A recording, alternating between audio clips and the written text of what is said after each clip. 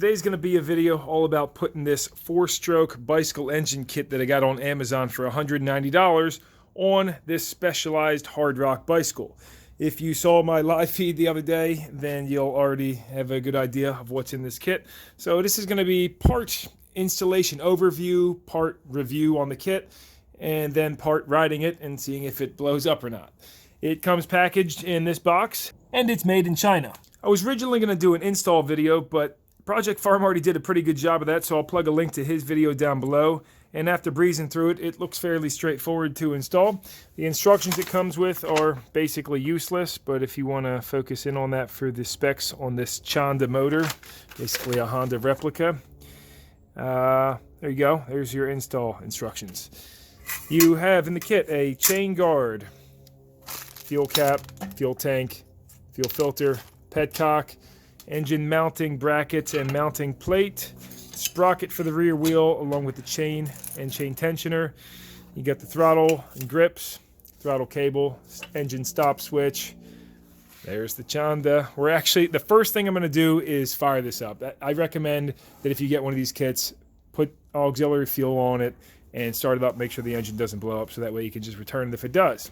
Got the muffler, the hardware for mounting the rear sprocket, which looks like it's cut from old tires, and that I'm fine with. However, it smells like chubber, Chinese rubber. It's got that real pungent smell to it, unlike good quality tire rubber. And also, since these are from like nylon corded tires, see how this one side's, since it's from a sidewall of a tire, the one side's real thin and the other side's much thicker, which is not gonna probably be helpful when we're mounting that sprocket, trying to get it true and straight.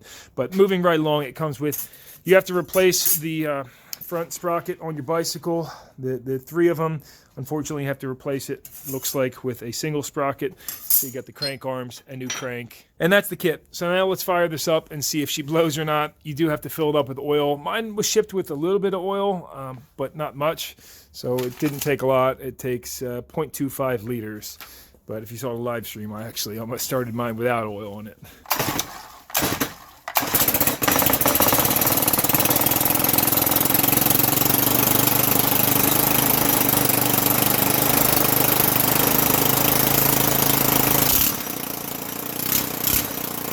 Quiet for no muffler, actually.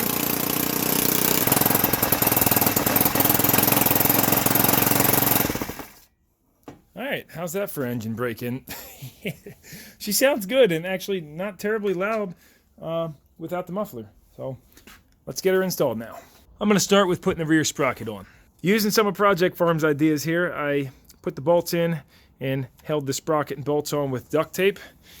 And of course you got to have the rubber insulator on that side, and the bolts have to be going through the spokes. Now you can take the other rubber, cut it in between the holes, and put it on the inside along with these spacers, bolt it up.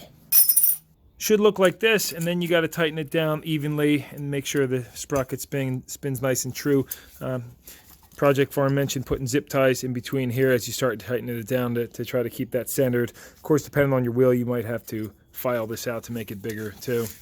Or maybe it'll just fit perfectly, but I recommend rotating this so it's preloaded forward like the bike was pulling. Not so they're cocked, but so that you would tighten it here instead of in the center, where if you load it up under power, it's going to pull forwards. Mine came with lock nuts that have a nice wide base, and then these skinny little split washers. So I didn't want to put those underneath on the back side. I decided to leave the split lock on the front and put them through like that. So you might have differing ideas about that, but that's the way I'm going. Looks good, but it did exactly what I thought it was going to do, since that rubber is not perfectly flat, it's tapered, and no matter how much I tighten it and try to get it true, look how wobbly that is. So I got to take it back off and try to sand that or use something different. The hub sits in there perfectly symmetrical, at least. Ended up working it on the bench grinder and then cleaning it up on the wire wheel, and believe it or not, that actually worked pretty good to get it to be about the same thickness all the way around. Got those sandwiched down tight after, I feel like, going around 100 times, tightening the bolts nice and evenly, and looks pretty good. Not spot on perfect, but not bad. I ditched the lock washers, and I ended up using Nylox on this side instead of the ones that came with it. I'm now going to replace the crankshaft, arms, and sprockets with what's supplied in the kit. So you get these shorter arms that are actually made out of steel instead of aluminum. I'm not sure how I feel about that. And then a wider shaft that puts the arms out further so they don't interfere with the engine. After removing the nut from this arm, you do need a special puller to get the crank arm off, which I surprisingly didn't have one in my puller drawer. This one almost fit, but it was too big. So I'm gonna just use this puller right here. That should get it off. Or better yet, if you don't care about the bike that much, a pickle fork will probably work good too. Make sure to take your pedals off prior.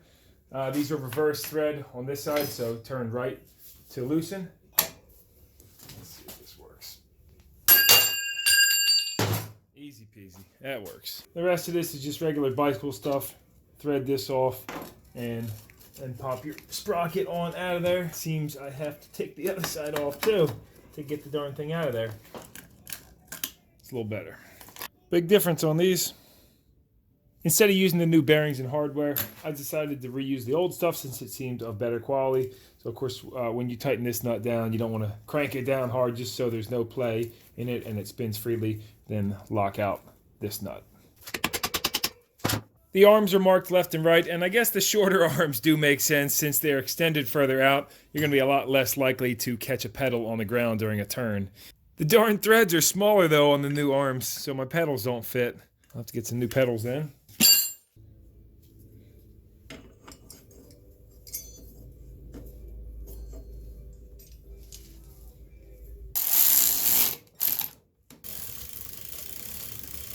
Well, that don't spin true, huh? Time to mount the engine. Pretty basic stuff. You bolt this bracket to the bottom of the engine first with supplied bolts. Make sure to put Loctite on everything. And then these are your cast iron frame mounts. So, you know, they can adjust these as you'd like, and they slide in those slots for adjustment. The reason you mount the plate to the engine first is because once these are on, you may or may not be able to get to the heads of the bolts. So you can see these are slotted, though, to allow room for those. Was easy to figure the brackets out. This back tube's actually smaller, thinner diameter, so this one wouldn't fit on the front. Cool. As you're mocking this up into the frame, just make sure to leave all the bolts loose so you can slide it back and forth and get a good position. You can see this front cast iron bracket, it doesn't have the right angle for this tube. So I'll probably take it out, do a little bit of grinding on it to make it sit more flush. I might even just use some rubber material in between. You can see the back one does sit flush though on that tube, so a nice angle on that. You see when I flush that on the frame, it's pretty cocked, so I gotta grind that and make it seat a little bit better. After filing and grinding that for a while, I got it to a much more acceptable tolerance. Maybe go a little bit more, but I think I'm gonna be using this insulator in between anyway.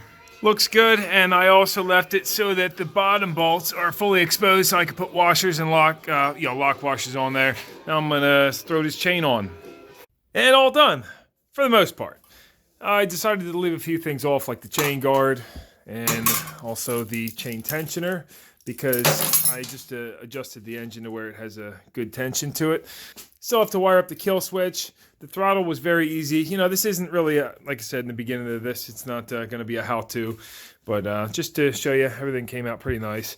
Very, very easy to put together. So I'm about to go rip this thing. I got to get some pedals for it too, but we'll take it for a ride tomorrow. I'm going to mess around with it now, but it's nighttime, so. The test drive last night went pretty horrible because it turns out you do need pedals if you want to ride this thing. So I threw the old crank arms on here, the longer ones, and so now I can try this out today. If you can get it up to speed without pedals, but you'll burn the centrifugal clutch out there. It's really struggling, so you definitely need some pedal action getting her going. So that's a shot of a bare minimum crude build. I didn't even put the other grip on, didn't hook the kill switch. I just got that sitting right here to ground it out if need be, and most of the bolts are tight, so let's take it for a ride down the street and see what happens. I did add the chain guard on, the chain tensioner on there because it was slapping around and hitting the swing arm on the back, whatever you would call it, the bicycle frame.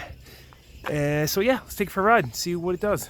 Okay, showed up too. What's up, buddy? You want to smile for the camera? It is freezing out today.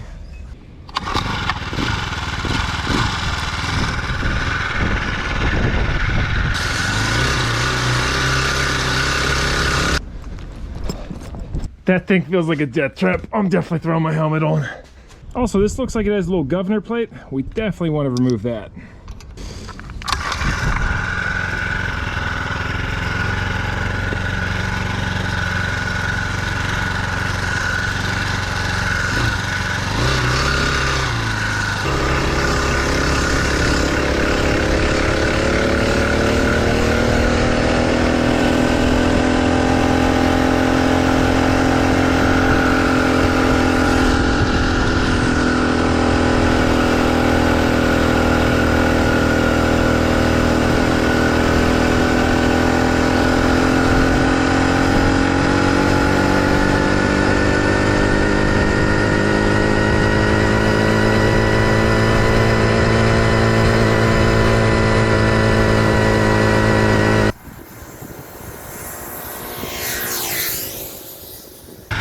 Super impressed so far, even though it totally feels like a death trap. Lugging up hills, like I was going up this hill here, and you have to pedal. I mean, it really can't handle hills at all from what I'm feeling. But if you get it pedaling up the speed, I was hitting 38 there. One thing about it, the throttle on this is so sensitive. It needs a heavier spring on the throttle plate right down here. There you have it, out of the box. No mods necessary, no extra hardware. 38 miles an hour. This thing, you could probably ride this to California right now. You would definitely want to bring some tools. I have many modifications and things I'd like to do to it, but for now I think we're going to keep that to a part 2. See if this video gets any interest. If you have any ideas of somewhere cool I could ride this really far, or do something cool with it, let me know. I was thinking about, you know, do a couple of, put the chain guard on, a couple other odds and ends, and maybe ride it up to Manhattan, about 100 miles, and ride it through the city and see if I get this thing confiscated or not. Now, my biggest complaint so far has got to be this centrifugal clutch in here. I almost want to take it apart and see if there's issues with it, because it vibrates so much. Anything around, once you hit like 20 miles an hour, it's okay. But anything before that, if you throttle it up, this thing is just vibrating its butt off. The chain's shaking back and forth, and it's got just a very aggressive vibration to it. Could be normal, I'm not sure. If this thing had a few gears, that would obviously solve the issue. But since it's only that one high speed, that's not great.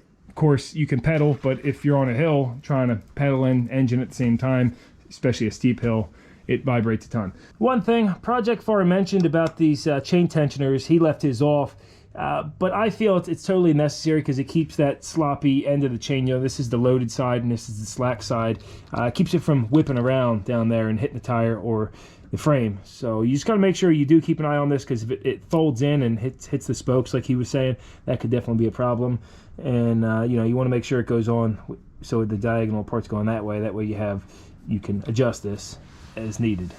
And I've only got the motor held on with 2 bolts on each side, but there's room for more, so I'm definitely going to add those in the future. I just wanted to get out, go for a rip, and see if this thing blows up or not. When you mount the tank, you do have to be careful if your cables are routed over top. You got to cover them up with like a piece of PVC pipe, like what PF was saying. But mine has a sheathing over it, a little sleeve, and it just kind of left it hanging down there, and it was no problem. The brakes still work.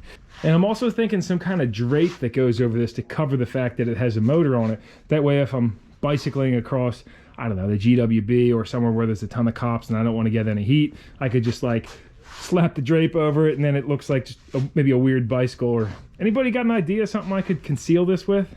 And I definitely got to get some other crank arms or smaller pedals for the other ones. I'll try those out, because these aluminum ones with the sprocket missing on it looks pretty goofy, and pants will definitely get sucked up in that thing. But these longer arms didn't really prove to be an issue with hitting the ground. I guess like normal on a bike, you got to make sure you're not digging a hard turn with that pedal down. Like if you're making a right-hand turn, you wouldn't want the right pedal hanging all the way down hitting the ground. So yeah, I guess we'll call this an installation overview / first ride, whatever this video is. Any questions, comments on this one? Drop it down below. Consider checking out the channel if you liked it, and thanks a lot for watching if you did. No nonsense, no how.